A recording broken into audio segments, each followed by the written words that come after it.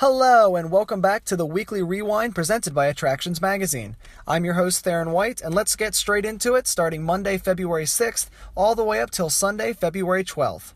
Now, starting on Monday, Patriots fans were incredibly excited to see James White paraded around the Magic Kingdom. He was part of the victory of the Patriots in the Super Bowl as he got the winning touchdown, so he was asked by Walt Disney World to come and represent his team.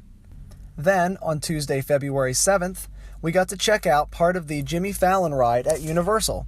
Now, the outside facade looks a lot like New York City, which I really appreciate. It has just enough dirt and grime to look realistic, but not enough to make the park look ugly. Then on Wednesday, February 8th, there was a bit of an oopsie that happened at City Walk. Power was lost in most of the City Walk area at Universal Orlando, and it caused a little bit of confusion, especially in spots like traffic lights. Luckily, no reported accidents happened, and everything was back to normal as soon as possible. Thursday, February 9th, we got to check out the Planet Hollywood Observatory and some of their new offerings. Now, one of the things offered was the High Roller, which is a massive set of appetizers, and it looks so good. It even comes on its own little carousel. But one of the things I thought was such a cool idea is that if you order the ribs, it comes on its own little mini picnic table, which I think is just so funny. And then also on Thursday, we looked at the Magic Band 2 and how you can take it out of the actual Magic Band and put it inside the Magic Keeper accessory.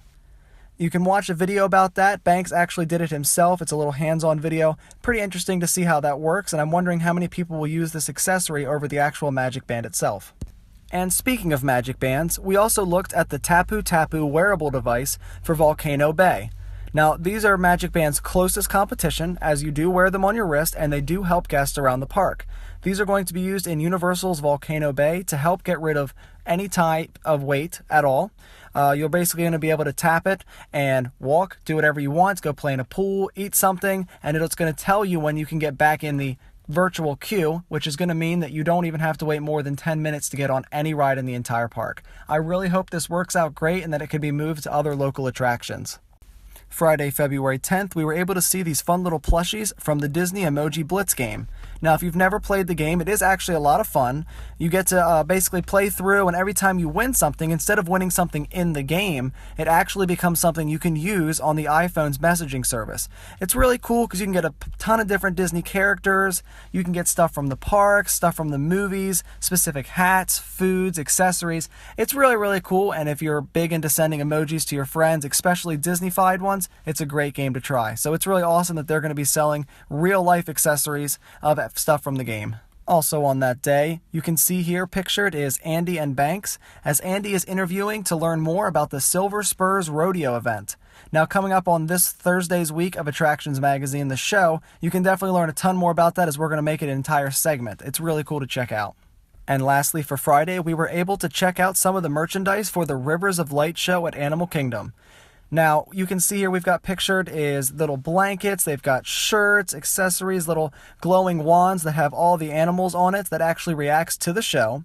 Now, the lotus flower logo that they use, I absolutely love it, and I know this is a very specific request, but if anybody out there is listening and you design Magic Bands, please make a limited edition one that's going to be black with the gold logo. You can do whatever you want else to it, but please, that would be so stinking cool. I would love first of all, a black Magic Band, and second, to have such a cool stinking logo on it. I can already help you out, you know.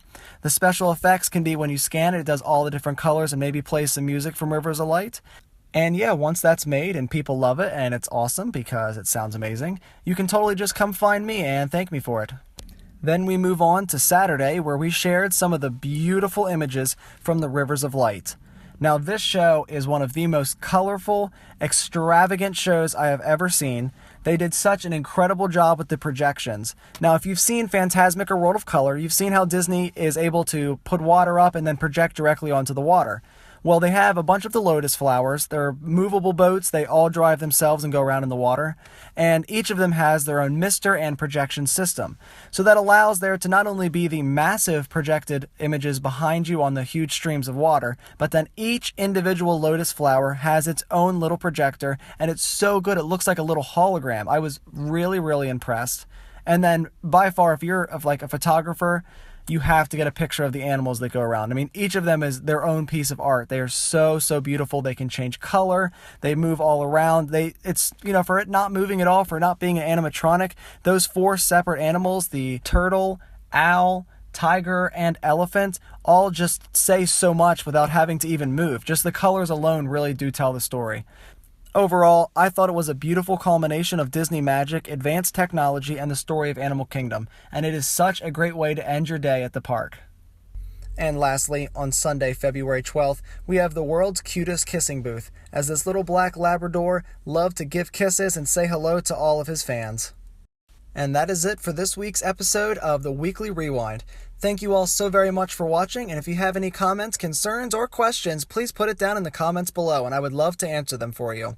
Once again, thank you so much for watching, and I hope you have a great, safe, fun, and magical week.